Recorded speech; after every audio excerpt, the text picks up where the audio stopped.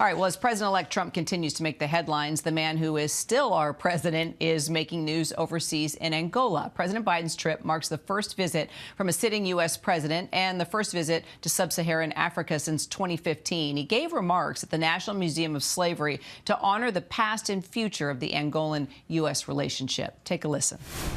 We hear them in the wind and the waves. Young women, young men, born free in the highlands of Angola, only to be captured, bound, and forced on a death march along this very coast to this spot by slave traders in the year 1619. In the building next to us, they were baptized into a foreign faith against their will. Their names changed against their will. They became two of the first enslaved Americans in a place that 150 years later would become the United States of America.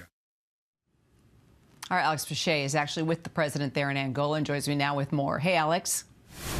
Hey, Kira. So President Biden just wrapped up a historic speech on a historic visit here at the National Slave Museum in Angola. It's the first time that a sitting president has visited the country of Angola. It's also the first time that a sitting president has come to the continent of Africa since 2015. Obama did it back then.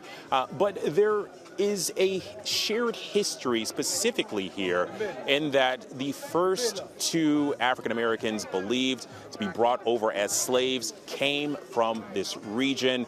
The president today honoring those slaves' descendants at this ceremony. He says that they were forcibly baptized here. They had their names changed before they began that fateful journey across the Atlantic in what would be centuries of slavery in the States. But the president also took a moment to highlight the arc of the relationship between the U.S. and Angola, saying that they had that shared history of slavery. Then also you have them on the opposite ends of the Cold War, and now you have them working together as partners, strategic partners in the continent of Africa, as you have this large investment, some $55 billion pledged back in 2022, about 80% of that fulfilled according to the White House. Tomorrow, the president will tour Libido, which is home of the Libido Corridor, a railway that will connect West and East Africa, something that the U.S. hopes will provide an alternative to Chinese investment in the region.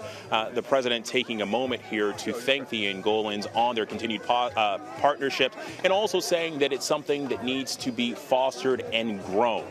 Kira? Alex Pache in Angola for us. Alex, thanks.